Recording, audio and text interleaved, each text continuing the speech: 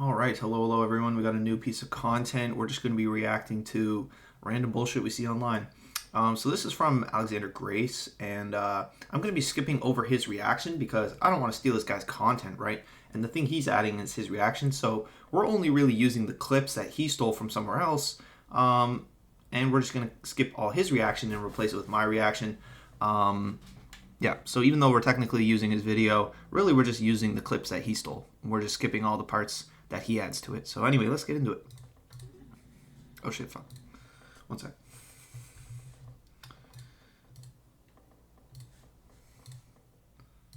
Oh my god. Oof. What? What? Is Bro. it going? What? You can't send a picture. Bro. No. That's a bro. Holy shit. You know that sense of duty that you feel as a man? Yeah, don't do this, guys. Come on. This is gay. Don't put anything down in text because people can record text and they can send it to your employer. Now, most people won't do that, but everything you type is basically, imagine it ending up in court as evidence. Think about that. Think about you getting, could this be used against me in any way to build case for a crime or to build case for a divorce court case or sexual harassment case? So don't put anything on text that you don't have to. If you want to do communication and you're going to be emotional, do it in person or do it over the phone. But even over the phone is risky because people can record phone calls, right? So be careful about that. And I don't know what to say. This is just kind of pathetic, right?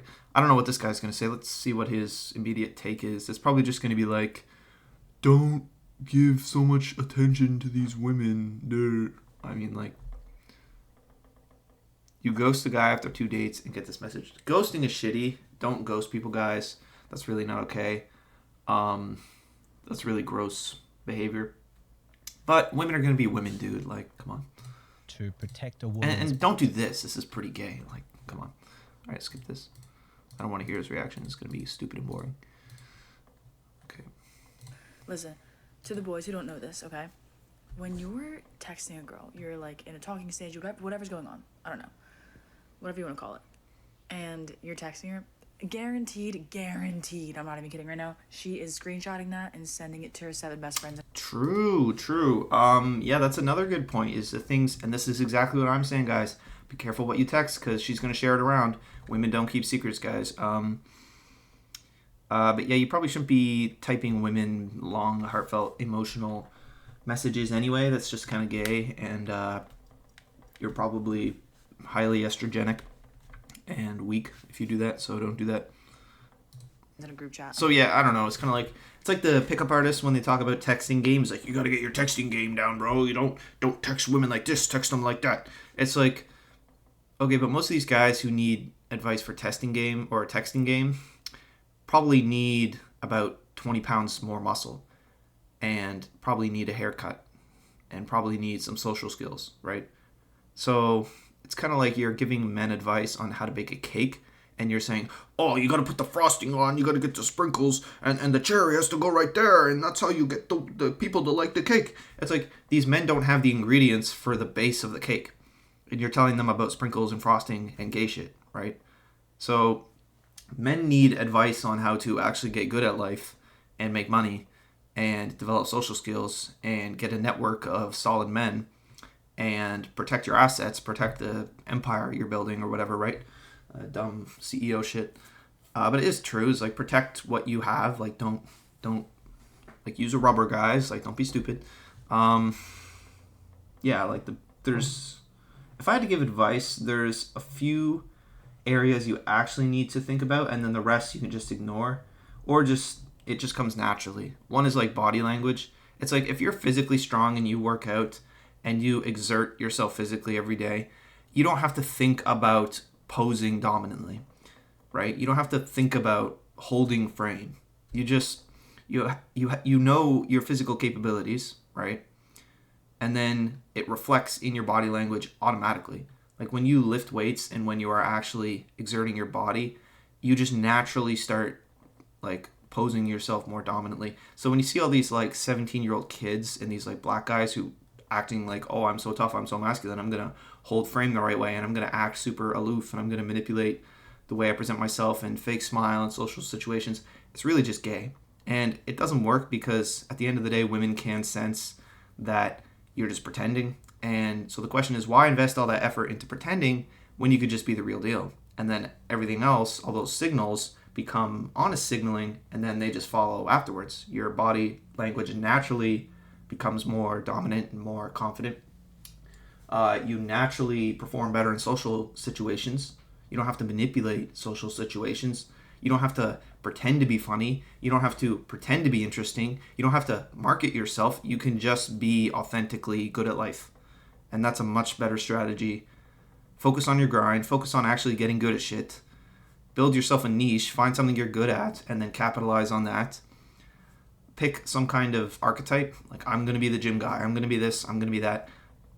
Like, carve out an identity, something you're going to be. I'm going to be the talented musician, and by God, I'm going to be the best fucking musician, and I'm going to be really good at it. Like, carve out some, damn it, there's a book, I don't want to say it's Jung, but there's different mature male archetypes. Let's look it up real quick, actually. It's like the king, the jester. The 4 archetypes of mature masculinity, according to Robert Moore, that's it, are king, warrior, magician, and lover. So something like this is concept of Jung's archetypes. There we go. So it's based off of Jung. So it's called the king, the warrior, the magician, and the lover. This is kind of cool. Master of healing, ceremony, initiation, logic, intuition, scientist, mysteries, storyteller. That's like the magician, the warrior, power, strength, courage, humble, higher aspirations, nobility, focused, peaceful, resolving things peacefully. Oh, and this is cool. They actually have dark versions of each of the male archetypes. So there's these other archetypes you can fall into, which are like fallen forms of these other ones. So you have magician, warrior, king, and lover, and these are the 4 good archetypes. And then there's some dark, misaligned ones. So for the magician, it's the manipulator and the denier. So the denier is like the lazy fuckboy who's like, I don't know, life just sucks, bro. He's just jealousy. He's just jealous. And he has unintegrated hidden desires. He denies his power and responsibility. So that's like the smart person who's reluctant to exercise authority. The manipulator is like the dark triad. I know this is unrelated, but this is actually cool. I've never really seen the details for this. So there's the manipulator. He acts selfishly to increase his power over others. Let's actually bring this up on screen. Why not? Let's deviate a little bit, guys. There we go.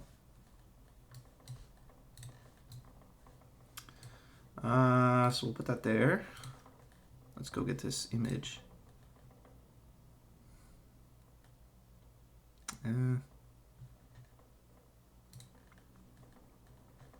Yeah, let's download the image and then we'll bring it up.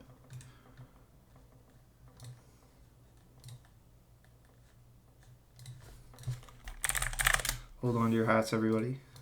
Or you can skip forward if you like. But I thought this was solid advice. We're going to get into a little piece about this.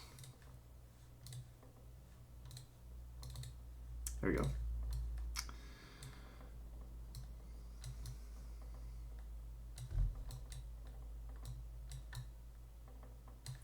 So, we have male archetypes here. It's kind of hard to see. I'm not going to lie. But I'll read it out for you guys. So you have the manipulator on the left, which is like a perverted form of the magician. Acts selfishly to increase his own power. Cuts his mind off from his heart, so he uses lies and false information. His fear creates a desire to keep others small and disempowered. Interesting. The denier, the guy who refuses to take responsibility for his own intellectual prowess.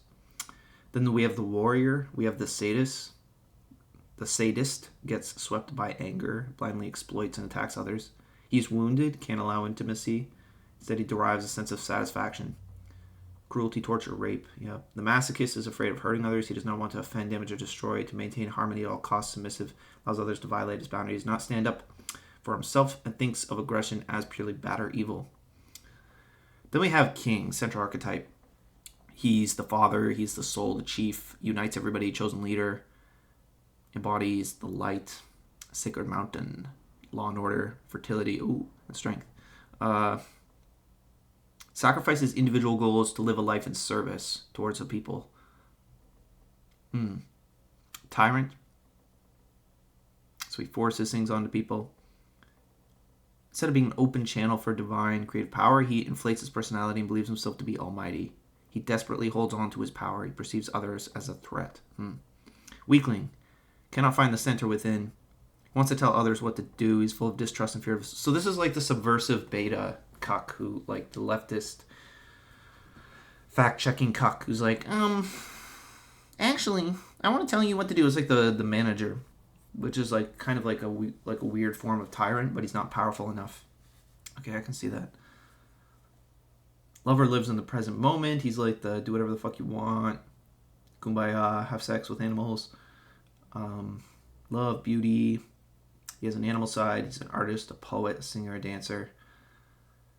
I think everyone has some of these. Because I can say I have elements of all of these. Or at least that's the problem with archetypes, guys, online, is you can find yourself to have parts of all of them. So it becomes very, like MBTI. These, if you guys know what that is, that's the Myers-Briggs personality archetypes. That also has elements of like, it's kind of like Zodiacs where you can see that you have parts of all of them. So it's kind of shaky and flaky that way. So we have the addict, yeah, the depressed. I'll agree that the dark versions or the perverted types correspond well. I know, I want, I am, I love.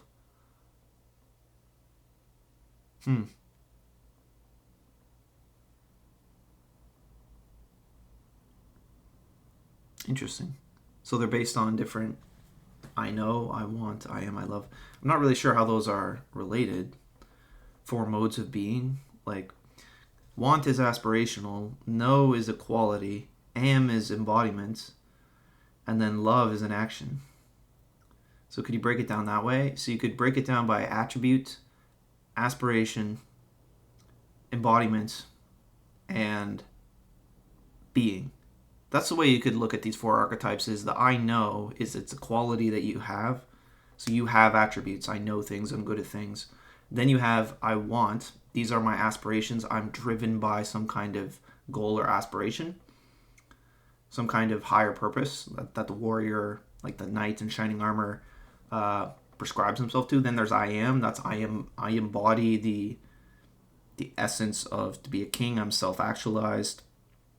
I am the king. I have this like divine kind of purpose, or this, I don't know, essence, I guess. You have like some kind of essence to you. Because that is really what makes a king. Even if you think about it in terms of ancient times, it's not that you're elected or it's that you're good. It's that you are like chosen by God. So it's like your justification for being a king in ancient times, divine right of kings, is based off of a state of being, right? It's not based off of whether you want something or you know something or you have some kind of attribute and quality or you have some kind of aspiration. Because a meritocracy would be like a society of magicians, which is people who are good at things get positions of power. I would actually promote a virtue system, so I would base it off the warriors. I would have warriors as leaders. Basically, whoever represents our values, basically who corresponds like a system of correspondence to our wants and needs and values in society.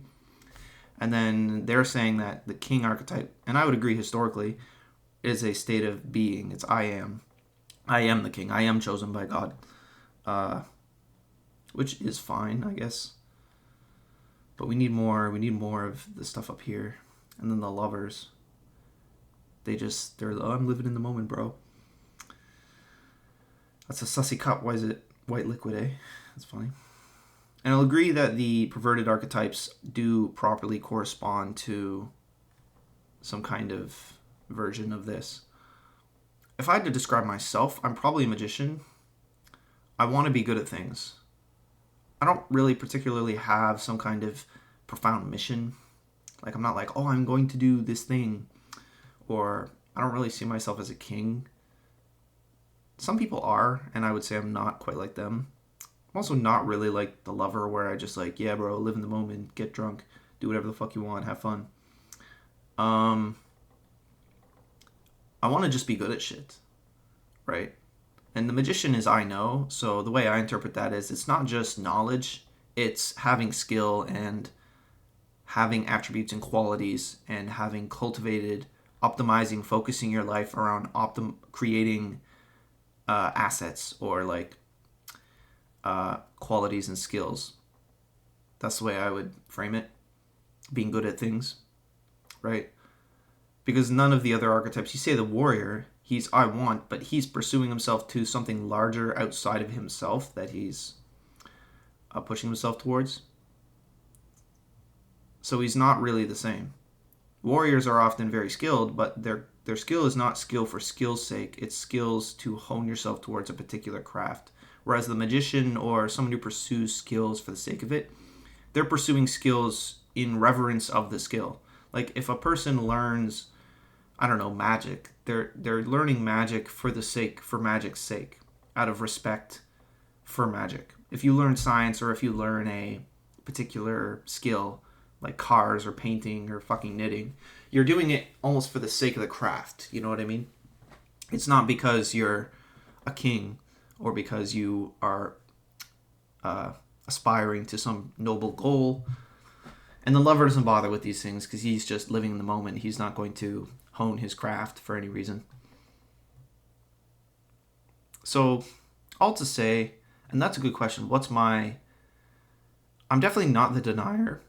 I know people who fall down this archetype. This is the intellectual person who pretends that they are not as skilled as they are. They pretend that they don't have the potential that they do. And they fall into this, I'm not responsible. They avoid responsibility. They avoid taking on power. They avoid honing their craft. They pretend that they're not good at anything. So they can avoid the responsibility of their talent and prowess. And then the manipulator uses it for horrible reasons. I'm not actually sure. I feel like I have elements of all of these. So I don't think I fall cleanly into one. But if I had to pick one, I'd probably say magician. If I had to say which one, let's look at the dark archetypes and see which one I kind of fall down. Manipulator, maybe a little bit. Yeah, maybe a little bit. Denier, nope. Sadist, a little bit, yeah. I mean, I do kind of enjoy suffering. I'm not very sensitive towards other people. Like, fuck you, honestly. If you're not in my circle of people I care about, then just, like, fuck you. Like, single mothers don't care about you. Random bastards don't care about you. Even men in general, and some of you listening might be upset. You're like, how can you say that? I don't really care about men in general. Like, and when I say that, what I mean is, like, I'm not going to pretend like I'm your friend. I'm not going to sit there and be like, yeah, man, I'm going to help you, and I'm here to help men. Some of these guys are, like, even Andrew Tate, he's, like, super self-aggrandizing. He thinks he's this, like, prophet on to help people, and I'm going to save people, and I'm going to help the world, and I'm helping men reclaim their masculinity. It's like, shut up, Tate, you're taking their money. Andrew Tate, you're just taking people's money and getting rich off of lonely, depressed men who lack basic skills that their father should have told them, right? You're not some hero. So I'm averse to doing that. So you can call me a sadist, I guess, in that sense. Masochist is afraid of hurting others. Not really. Doesn't want to offend. Definitely not me. Harmony at all costs. Definitely not. Stand up for himself. No, so that's definitely not me. Tyrant. Maybe a tiny bit. Weakling. Maybe. I don't know. Weakling cannot find the center within him. He wants to tell others what to do. I do distrust people. And I don't really fear disloyalty. I wouldn't say I fear disloyalty. I expect it. I expect people to betray and to be kind of... Well, I don't know if that's me fearing it, or if that's paranoia, or if that's just being mature and acknowledging that that's how the world works, is that friends aren't going to stick by your side no matter what. People are weak. You can't rely on others. By and large, you have to be very careful about who you let into your trusted circle. Your friends from high school aren't going to have your back forever type shit, right? I don't know if that's fear of disloyalty. He sees himself surrounded by enemies. I mean, yeah. I can't and can be easily manipulated. I don't think so. Definitely not. So no, I would say no. The addict, I would say no. I'm actually very low on addiction. I don't really have any major addictions. Used to be bigger on gaming, but I don't know if that's addiction. And when I'm like working, when I'm doing landscaping and I was working like 11 hours a day, 12 hours a day, suddenly my gaming addiction's gone, right? Like suddenly I didn't even have time to think about gaming. I'm just like, oh, I gotta go to work. I gotta go to bed. I gotta prep my meals for the week. I gotta go to the gym. Gotta go hang out. Gotta do this. I didn't even have time to think about it. So I don't know if that's really an addiction. People in my space would say otherwise, but I think if you can drop the behavior quickly and without too much withdrawal or whatever, then I don't think it really counts as an addiction. But other than that, I don't do alcohol really. I might do like one beer on the weekend. That's it. I almost never get blackout drunk, pretty much never. I don't do any other substances. I don't touch weed. I don't touch cigarettes. I don't touch anything hard. I don't want to fuck up this temple that belongs to God, so no thank you. I'm not really addicted to sex or like jerking off, much less. I don't really do porn, not really. Like I haven't been on Pornhub in like years, so I don't know if that counts for something. And most porn is just gross. Like most of it is just like disgusting, Sonic the Hedgehog like crap, like, or it's gay. Like most of the porn now is just gay. It's just like gay porn. You know what I mean? Like most of it's just like gay, or it's like it's weird. You know what I mean? Like most porn now is just weird, fetishized, like gross shit. So I definitely say no. His unconscious search for wholeness possesses and ultimately destroys him. Interesting. Depressed, stuck in a painful emotion, withdraws from the world. He shuts down his creative expression to protect himself from an armor of indifference. His apathy cuts him off from the joys of life. He feels separate and isolated. His libido is low. Damn. Get wrecked. No, I would say that's not me either. I'm not an emotional person. I don't dwell on emotions, or I don't think about like, oh, how does this make me feel? Like, I don't think that way. So what's the one I probably struggle with, guys? What's my weakness? Probably the sadist. That one probably resonates with me the most. I'm definitely not the weakling. I'm not the masochist. I'm not the depressed. Not really the addict. Not really the tyrant. Maybe a little bit of manipulator. That's probably second place. Denier, no. So I'm none of the four, which the four seem to be, there seems to be two paradigms. You have like the king, which is like the center. And then you have too much of the king, or too like a malgrowth of the king is a tyrant. And then a lack thereof of some kind of king energy is a weakling, right? Likewise, you have a balanced perspective, which is the lover. Too much lover is an addict, and too little lover is a depressed person. Too much warrior is a sadist, and not enough warrior is a masochist. Too much magician is a manipulator. It's like becoming an esoteric, creepy boy. And then too little magician is a denier. So I would say I don't resonate with any four of the lackings, the not enough ofs, the denier, the masochist, the depressed, and the weakling. I don't have any of those. Maybe I have too much. I have a malgrowth of that. I maybe have a mild growth of manipulator. Not really tyrant. Probably closer to the weakling than the tyrant, if I had to say. If it was like a sliding scale where too much is a tyrant, too little is a weakling, king's right in the middle, probably closer to weakling. Maybe about like 10%. Addict, depressed. I actually don't know. I don't really resonate with either.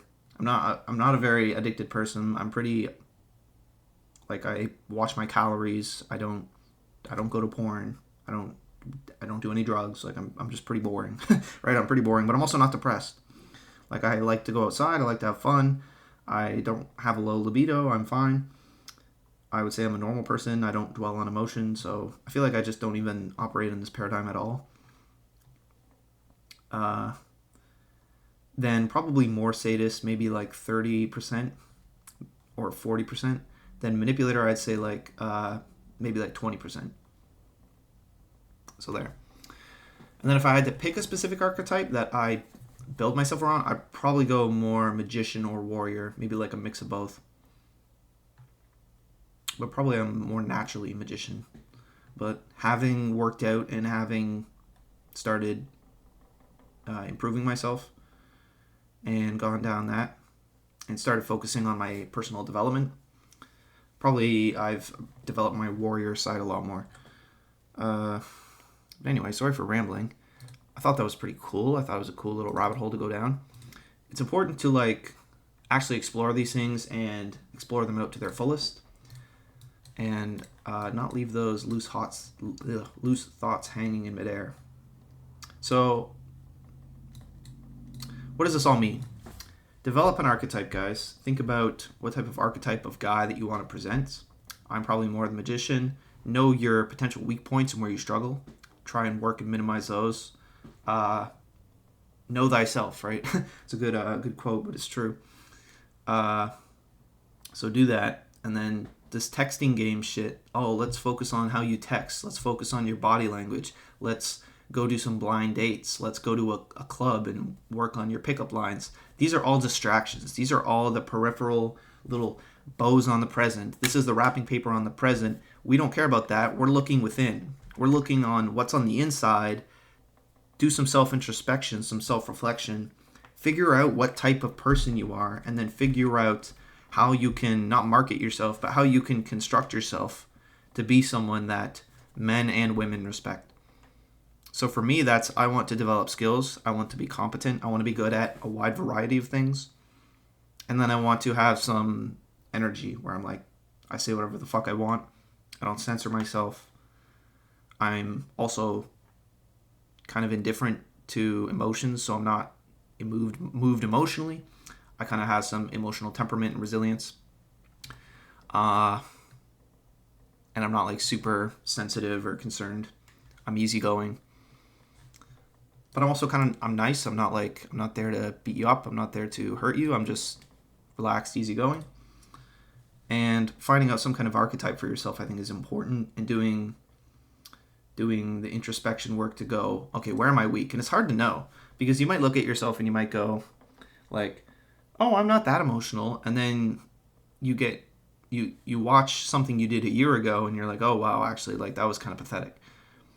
Which I've definitely done that. I've looked back on myself a year ago, and I'm sure I'll look back on myself today when I'm older, when I'm in my late 20s, and I'll look back on myself and I'll go, wow, this guy is a stupid sounding lisp, right? This guy sounds dumb. This guy's opinion is not very articulate or well presented at all. This guy sucks at public speaking.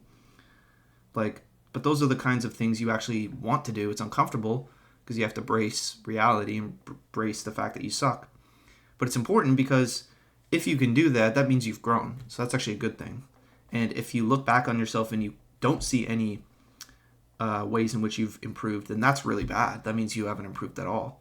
So, yeah, my alternative to this, like, pickup artist, like, mentality of, like, let's fix all these random peripheral things. It's like, let's have a strong core. Let's have a strong human being. Let's build up those abdominal muscles so that we can perform everything else with core strength, right? Let's build a character. Let's get on our grind. Let's find an archetype. Let's build ourselves into something. Get some kind of identity into your hands so that you know what you want to be and aspire towards that identity. And then throw out all the bad stuff. If you have a bad part of yourself, you don't have to acknowledge that or recognize that as being something permanent to your identity. You can say, this is something I struggle with, but it's something I'm going to fix and I'm going to cure. And it can be part of your story, because each character in a story, guys, has some kind of flaw, right? And that doesn't ruin them as a person. So it's like, if you have a flaw, right? Like, say I'm a sadist. I sometimes can be aggressive or mean to people, or I'm pretty callous. I don't care about people's emotions. I'm like, fuck you. I can be a bit bombastic, right? That means that this is like my flaw as a character, right? So it's not something that has to define me entirely and like bring me to super low self-esteem, but it's just something that makes you a well-rounded human being, and it's something you can work on, and it makes you more interesting, and it's just part of your character. So I would posit that kind of a framing over simply doing this whole pickup artist. Let's focus on how we angle our feet, and let's manipulate our fashion to appear perfect, and manipulate all the colors of our clothing and our texting game, guys. Let's fix the texting game. Like, the reason guys text these super long paragraphs like we saw in the very beginning is not because they don't know how to text. It's because they're feminine bitches, right? And they've got no character. And they're super emotional, and they let women ghosting them upset their emotions and cause them to act out like that. Like, you need to start working on that core. And whoever you want to turn to for that, maybe Peterson's good for you. Maybe you need someone to tell you that like responsibility is good, right? Like, maybe you need that. So go do that. Or find somebody else who will actually build up the core of your human being, not someone who will just tell you how to manipulate text game or manipulate women or do all these extra peripheral stuff, because that will follow once you have some strength of character. And really, it's like, okay, if you want actual specific advice on what you should do, work out, get strong. All men should be strong, all of them. If you're a nerd, you should be a strong nerd. If you're a jacked guy, you should be a strong jacked guy. If you're a small guy, you should be definitely building muscle. But there's really no excuse for men not to be strong. It's a defining part of being a man. It's like a woman. It's like a woman really has no excuse not to be beautiful. There's different archetypes of beautiful. So if you're like a shorter woman, you can be like a tomboy short stack, right? Or if you're a tall one, then you can be like a tall, elegant queen, right? So there's different archetypes of beauty, which allows women to be beautiful no matter what, right? Same with men. We should be strong no matter what. We should always lift weights no matter what. And that's really important. Second one is obviously going to be income and money. And the reason you want that is not because you're super materialistic and you're like, I'm going to buy 7 Lamborghinis and impress women with all my Lamborghinis. That's feminine bitch behavior. Like when Andrew Tate does that and he's like, I'm going to make all those women who dumped me upset and I'm going to buy 7 Lamborghinis. That's bitch behavior. That's pussy. Oh, I'm butthurt, so I'm going to go make money because I'm butthurt at women for rejecting me. That's bitch behavior. You want to make money because you want to be stable. You want to be independent. You don't want the government breathing down your neck, taking your money. You don't want to be stressed about money. You don't want to be laying up awake at night because you don't know how you're going to pay rent next month. You want money so that you can give the middle finger to the government. You want fuck you money. That's what you want. You want fuck you. I'm on my fucking beautiful piece of farmland, sitting on the back porch, looking at the water, not thinking about what's going on social media, not thinking about what's going on with Andrew Tate or if the government's going to come take my cars. Because someone like Andrew Tate, right? Like he has all this money, but it's all gone. He gets his cars stolen. He gets his house raided by the FBI. So what's the point of all that money? Because the government is breathing down your neck. You're a public figure who has people who know your address who might come over and try to shoot you, like Fuentes or someone else, right? So what's the point of having all this money if it just causes you all this stress and all these problems, right? So it's about, you need money so that you are not a victim to the system. That's the answer. So you have the resources to do your purpose and to carry out your mission. That's why you need money. And then if you're a stable foundation, women will go, oh, this guy's put together. He's stable. He's got a fucking plan. I can also set up my life with him, right? So it becomes appealing because you have like a sturdy foundation. Women are like interior designers where they come in with all these like, They have these curtains, they have these nice paintings, they have some nice decorations, but women are not going to set up their nice decorations, their paintings, and their like doors and windows and shutter boxes and shit like that if there's no foundation to the house. They're not going to invest their feminine touch into a house that has like no supporting walls, right? So I'm not saying you have to do it for the sake of a woman, but I'm just saying that if you want a woman, it's about having a stable foundation, and it's about providing something that she can rely on and she can afford to invest her feminine energy into. It's not going to be like a weak emotional wall text. But anyway, I think we got to head out. We got some aggressive party people coming, so I got to go entertain them. All right, take care, people.